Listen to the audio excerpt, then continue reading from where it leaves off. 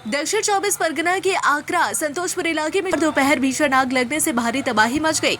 इस अग्निकांड में करीब 50 से 60 झुग्गियां जलकर राख हो गई। शुरुआती अनुमान के मुताबिक आग शॉर्ट सर्किट की वजह से लगी और तेजी से फैलते हुए पूरे इलाके को अपनी चपेट में ले लिया। आग की लपटों ने रेलवे ओवरहेड तारों को भी नुकसान पहुंचाया, जिसके चलते सियालदा बजबज रेल सेवा पूरी तरह ठप हो गई और हजारों यात्री फंस गए। स्थानीय लोगों ने आरोप लगाया कि दमकल की गाड़ियां देर से पहुंची, जिस कारण नुकसान और बढ़ गया। फिलहाल पुलिस और दमकल की टीमें मौके पर राहत और बचाव कार्य में जुटी है।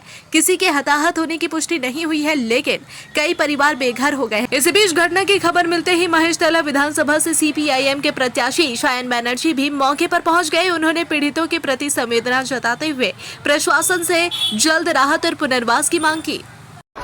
দেখুন, একবার আগুন লাগলে তার কারণ বোঝা যায়।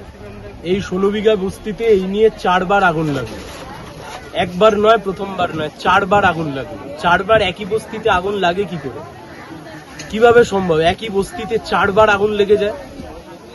মানুষের জীবন কি এতই সস্তা? মানুষের বাড়ি কি এতই সস্তা যে একটা বস্তিতে 4 বার আগুন লেগে যাচ্ছে? আমি এখানে এলাম, আমি পুলিশের দেখা পাইনি। আমি পুলিশকেও বলবো যে একই বস্তিতে 4 বার আগুন লাগছে কি করে, তদন্ত করুক, দেখুক।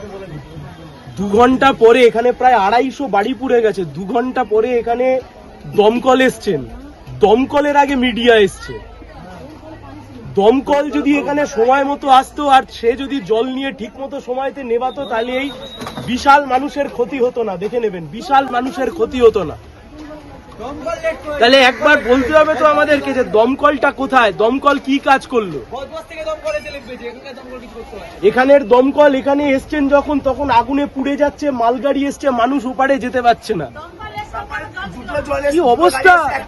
দমকল এসছে, তাতে জল নেই, তাতে জল দিতে পারছে না। 250টা পরিবার, একটা দুটো 250টা পরিবার, কোনো হুঁশ নেই।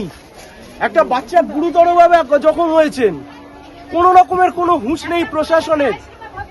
আমি এখানে এসে দেখলাম এখানে আরপিএফ দাঁড়িয়ে আছেন। আরপিএফরা এসে আমার বস্তির সাধারণ মানুষকে ঠেলাঠেলি করছেন এখানে মালগাড়ি যাবে বলে। মানুষের জীবনের থেকে মালগাড়ির দাম এত বেশি? আমি লোকাল আইসি কে এখানে এসে খুঁজছিলাম যে লোকাল আইসি কে জিজ্ঞাসা করবো যে একই বস্তিতে 4 বার আগুন লাগে কি করে। এই বস্তি নিয়ে হাইকোর্টে 2-3টে জনস্বার্থ মামলা হয়েছে। হাইকোর্টের আইনজীবীরা যে মামলা করেছেন, আমি সেই আইনজীবীদেরকে চিনি। আমি আসবার সময়তে ফোনে ধরেছিলাম, ফোনে কথা বলছিলাম।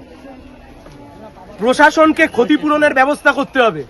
জমি মাফিয়ারা যদি কাউন্সিলর আর এমএলএর পদ পায়, তাহলে এই অবস্থা হয়।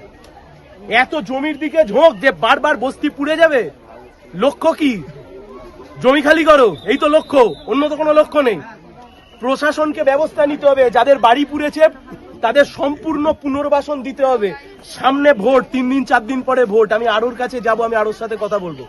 যাদের ডকুমেন্ট পুড়ে গেছে, আধার কার্ড, ভোটার কার্ড, যা কার্ড ছিল সব পুড়ে গেছে। এই মানুষরা তাদের ভোটাধিকার প্রয়োগ করবেন কি করে? প্রাণ বাঁচিয়েছেন, ভোটাধিকার প্রয়োগ করবেন কি করে? আমি আরোর কাছে যাব এনাদের দাবি নিয়ে। কিন্তু সবার আগে ক্ষতিপূরণের ব্যবস্থা, স্থানীয় প্রশাসন থেকে শুরু করে সরকার, ক্ষতিপূরণের ব্যবস্থা কোথায়? তিনি বিধায়ক কোথায়? মানুষের জীবন এত সস্তা, মিডিয়া চলে আসছে, দমকল আসতে পারছে না। এতগুলো পরিবার, 250টা পরিবার, চোখে জল চলে আসবে। কেউ রান্না করছিলেন, তার ভাত পুড়ে গেছে, ডকুমেন্ট পুড়ে গেছে, বাচ্চা ছেলে তার বই খাতা বের করছে, দর্জি ভাইরা যারা কাজ করছিলেন তাদের সমস্ত জামা কাপড় পুড়ে গেছে, কাপড় পুড়ে গেছে। পুলিশ দেখুক, তদন্ত করে, আর আমরা পাশে আছি। আর প্রশাসনকে বলবো, যদি নির্লজ্জতার এতটুকু সীমা অতিক্রম করবেন না, এসে পাশে দাঁড়ান, উপকার করুন, মানুষের পাশে দাঁড়ান। ভোটের সময় ভোট নিয়ে যাবেন আর বস্তি বারংবার বছরের পর বছর পুড়ে যাবে, এ চলতে পারে না এই অসভ্যতা।